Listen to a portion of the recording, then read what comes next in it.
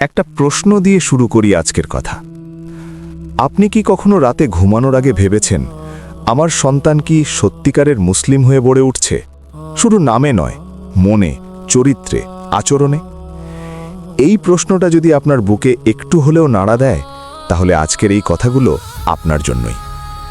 আমরা বাবা মা হিসেবে সন্তানকে ভালো স্কুলে দিই, ভালো খাবার দিই, ভালো পোশাক দিই, কিন্তু একটা জিনিস দিতে ভুলে যাই বা দিতে দেরি করি, সেটা হলো ঈমানের শিকড়।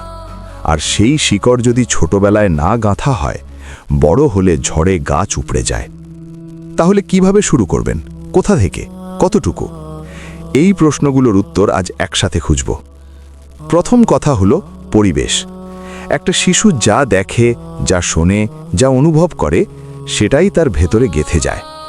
আপনি মুখে হাজারবার বলুন নামাজ পড়ো, কিন্তু যদি সে দেখে বাবা নিজেই নামাজের সময় মোবাইল নিয়ে বসে আছেন, তাহলে কথা কাজ করবে না। শিশু শেখে অনুকরণ করে, নকল করে, সে যা দেখে তাই করে। তাই প্রথম কাজ হলো নিজেকে ঠিক করা, নিজের নামাজ ঠিক করা, নিজের ভাষা ঠিক করা, নিজের আচরণ ঠিক করা। যখন সন্তান দেখবে বাবা ফজরের আজানে উঠে পড়েন, মা রান্না করতে করতে বিসমিল্লাহ বলেন, দাদু কুরআন হাতে নিয়ে বসেন, তখন সে বুঝবে এটাই স্বাভাবিক জীবন, এটাই আমাদের জীবনের অংশ। এটা কোনো বোঝা নয়, এটা জীবনের ছন্দ। দ্বিতীয় কথা, ভালোবাসা দিয়ে শেখানো।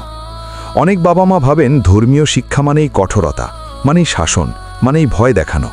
না, ইসলামের প্রথম শিক্ষাই হলো রহমত। আল্লাহ রহমানুর রহিম, তার প্রথম পরিচয়ই ভালোবাসার। তাহলে আপনি সন্তানকে ভয় দেখিয়ে ধর্ম শেখাবেন কেন? ছোট শিশুকে বলুন, আল্লাহ তোমাকে অনেক ভালোবাসেন, তুমি ঘুমালে তিনি তোমাকে দেখেন, তুমি খেলতে গেলে তিনি তোমাকে আগলে রাখেন। এই অনুভূতি যদি শিশুর মনে গেঁথে যায়, সে আল্লাহকে ভয় পাবে না, ভালোবাসবে। আর ভালোবাসা থেকে যে ইবাদত হয়, সেটা সারা জীবন টিকে থাকে। ভয় থেকে যে ইবাদত হয়, সেটা সুযোগ পেলেই ছেড়ে দেয়। তৃতীয় কথা, গল্পের শক্তি। শিশুরা গল্প ভালোবাসে, এটা তাদের স্বভাব। আর কুরআনে কত সুন্দর সব গল্প আছে। হজরত ইউসুফের গল্প, কত কষ্ট, কত ধৈর্য, কত বিশ্বাস। হজরত মুসার গল্প, সমুদ্র 2 ভাগ হয়ে গেল। হজরত ইব্রাহিমের গল্প, আগুনে পুড়লেন না। এই গল্পগুলো রাতে ঘুমানোর আগে বলুন, ছবির বই দিন, ভিডিও দেখান। শিশু যখন ইউসুফের ধৈর্যের গল্প শুনবে, নিজেও কঠিন সময় ধৈর্য ধরতে শিখবে। ইব্রাহিমের সাহসের গল্প শুনবে, নিজেও সাহসী হতে চাইবে। গল্প শুধু বিনোদন না, গল্প হলো চরিত্র গড়ার সবচেয়ে শক্তিশালী হাতিয়ার। চতুর্থ কথা, ছোট ছোট অভ্যাস। একসাথে পুরো ধর্ম শেখাতে যাবেন না, সেটা হবে না। শিশু বিরক্ত হবে, আপনিও হাঁপিয়ে যাবেন। ছোট করুন, একটু একটু করুন। খাওয়ার আগে বিসমিল্লাহ, এটা দিয়ে শুরু করুন। প্রতিদিন, প্রতিবেলা, যতদিন না অভ্যেস হয়। তারপর ঘুমানোর আগে আয়াতুল কুরসি, তারপর সকালের দুয়া, তারপর ওযু, তারপর নামাজ। একটার পর একটা, ধীরে ধীরে, তারা নেই।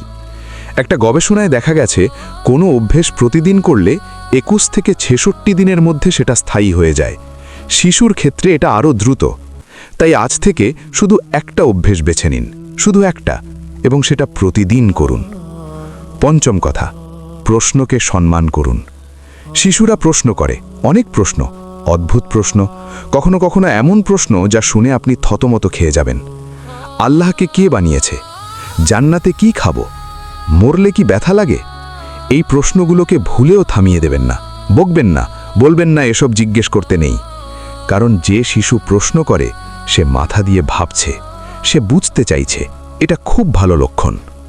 বরং বলুন, খুব ভালো প্রশ্ন করেছ, চলো একসাথে জানি। যদি উত্তর না জানেন, স্বীকার করুন, বলুন আমিও পুরোটা জানি না, চলো একসাথে খুঁজি। এই মনোভাব সন্তানের মনে বিশ্বাস তৈরি করে। সে ভাবে বাবা মা সৎ, তারা আমাকে গুরুত্ব দেয়, আমার প্রশ্নের মূল্য আছে। ষষ্ঠ কথা, মসজিদকে ভালোবাসতে শেখান। অনেক পরিবারে মসজিদ মানে শুধু শুক্রবার, আর বাচ্চারা মসজিদে যায় না কারণ তারা শব্দ করবে। কিন্তু ইসলামের ইতিহাসে শিশুরা মসজিদে যেত।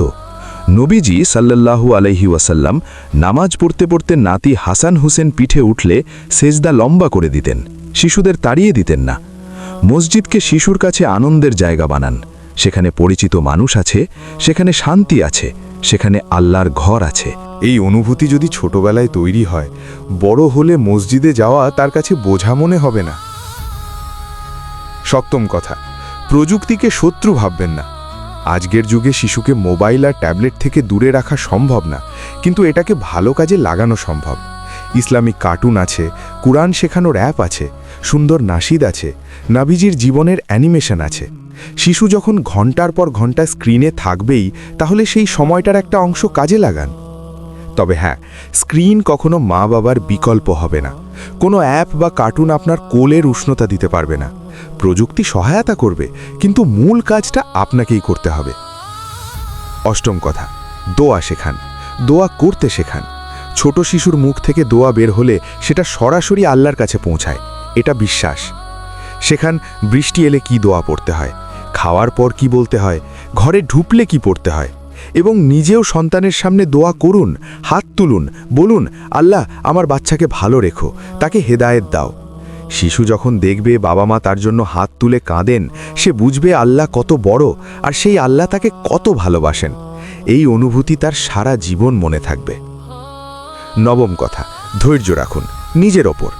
সন্তান সব সময় শুনবে না, মাঝে মাঝে বিরক্ত করবে, নামাজে দাঁড়াতে চাইবে না, কোরআন পড়তে গেলে অন্যদিকে মন যাবে। এটা স্বাভাবিক। আপনি কি ছোটবেলায় সবসময় সব কথা শুনতেন?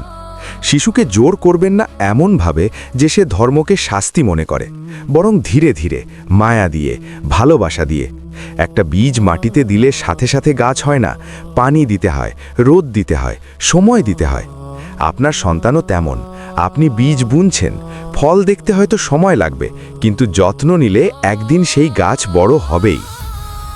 দশম কথা, নিজের জন্যেও সময় রাখুন।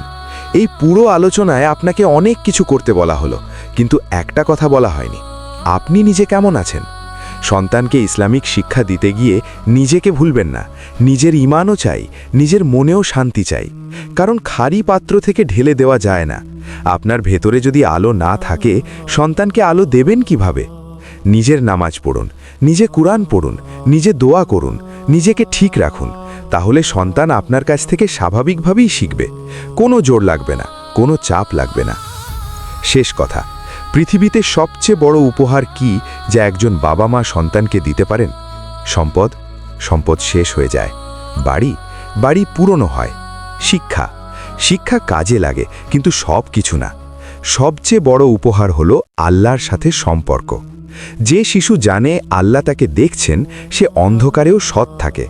যে শিশু জানে আল্লাহর কাছে চাইতে হয়, সে বিপদে ভেঙে পড়ে না। যে শিশু জানে জীবন শুধু দুনিয়া না, সে ব্যর্থতায় হারিয়ে যায় না। এই শিক্ষা যদি আপনি দিতে পারেন, আপনি পৃথিবীর সেরা বাবা মায়ের একজন। শুরু করুন আজ থেকে, এখন থেকে, একটা ছোট্ট পদক্ষেপ দিয়ে। আল্লাহ আমাদের সবার সন্তানদের নেক ও সৎ মানুষ হিসাবে গড়ে তোলার তৌফিক দিন।